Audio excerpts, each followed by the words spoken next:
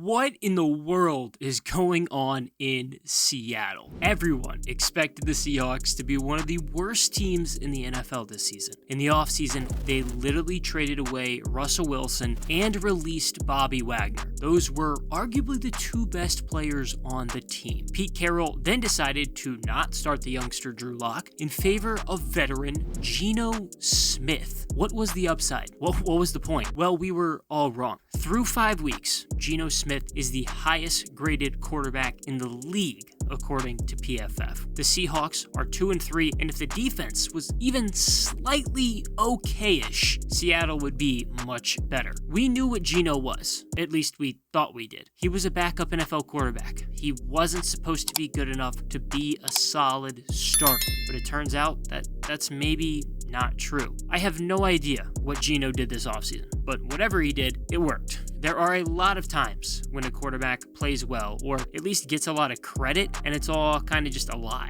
Cooper Rush is a pretty big example right now. He's been fine, but he's not playing great, and the Cowboys' defense is just incredible. Dallas is winning close games because of the play of the defense, but the offense is pretty bad. Sometimes you have a quarterback who has just gotten a bit lucky to be put on a good offense too, and then the coaches just won't really ask much from them, hit the check down, make the easy pass. Well, neither one of those things have been the case with Geno. He's making elite level throws. He is absolutely ripping it. Geno is playing like one of the best quarterbacks in the league. He passes the stat test, the grade test, and the eye test. It doesn't even make any sense, but Geno Smith this year is that dude. Their last 2 games, the Seahawks have scored 81 points and have scored at least 27 points in their last 4. Week 5 was an offensive explosion. The Seahawks dropped 32 on the Saints and led with less than 5 minutes left, but New Orleans did win 39-32. Geno played another good game. He only threw 25 passes, but completed 16 of them for 268 yards and 3 touchdowns without a single pick. Tyler Lockett was on one too. He had over 100 yards and found the end zone twice, and some of those passes that he was thrown were just absolutely gorgeous. DK Metcalf had 88 yards and a score,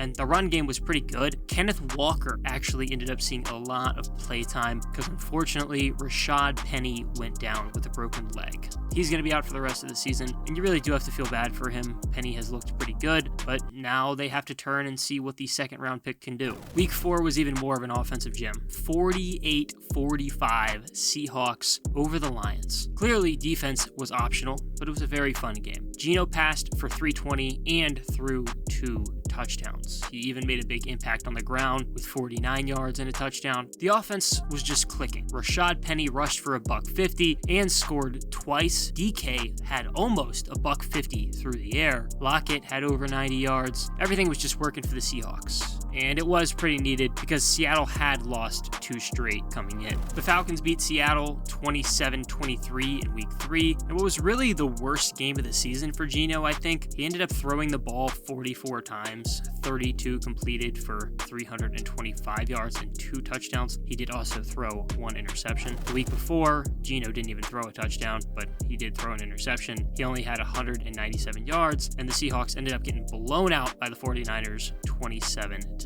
There weren't very high expectations for Geno coming into the year, and I think a lot of people wondered how long it would take to see Drew Lock, and now it's looking like the answer might just be never. Geno has showed that he was the right pick for the starting job, and that Pete Carroll made the right decision. Can you imagine if the Seahawks traded for Baker Mayfield, like everyone, including myself, really thought they should? Geno is currently rated the best quarterback in the league by PFF, like I mentioned. Baker is dead last. Geno and the Seahawks have shocked everyone, and they really did in a big way in week 1, one of the biggest games of the year so far. Nobody thought Seattle could win in week 1, but Geno ended up throwing for 195 yards and 2 touchdowns. He looked good, and Seattle squeaked out a 17-16 win. It was a huge victory, obviously, because it came against Russell Wilson. How on earth did the Seahawks trade away Russell Wilson and manage to get better? That doesn't make any kind of logistical sense, and while Geno Smith is doing his thing and shocking the league, Wilson isn't living up anywhere close to expectations in Denver. You probably watched that Week 4 Thursday Night Football game against the Colts. That was literally one of the worst football games I've ever seen. The Broncos offense isn't good, and they can't move the ball. Whether that's on Russ or Nathaniel Hackett, I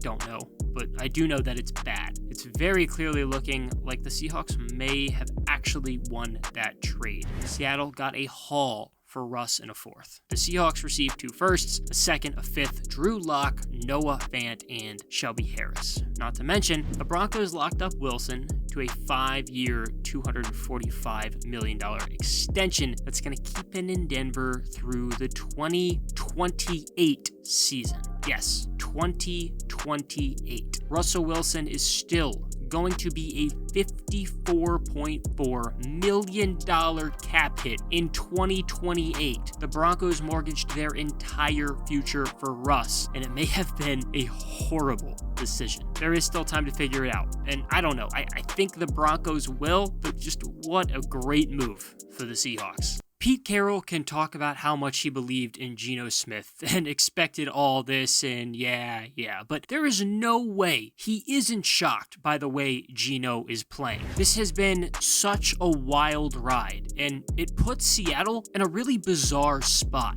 The Seahawks might have to make a pretty tough decision at quarterback this offseason. Before the year, I think it was sort of a foregone conclusion that Seattle would probably just take a quarterback at the draft and try to develop him up. Pete Carroll is 71 years old, but he's still there, isn't he? Seems like it's going to be his rebuild or retool, but if Geno Smith plays like this all season, what do? He's going to want a lot of money that Seattle might not want to give him. Besides, if he does actually keep this up, other teams are going to be throwing a ton of cash at him this offseason. Maybe the Seahawks try to see if it's worth bringing him back at the right dollar amount, or Seattle can just draft a QB. I don't know, but that could be a pretty tough decision. Even if Geno continues to play like this year, Seattle still isn't a great team. That defense is very bad.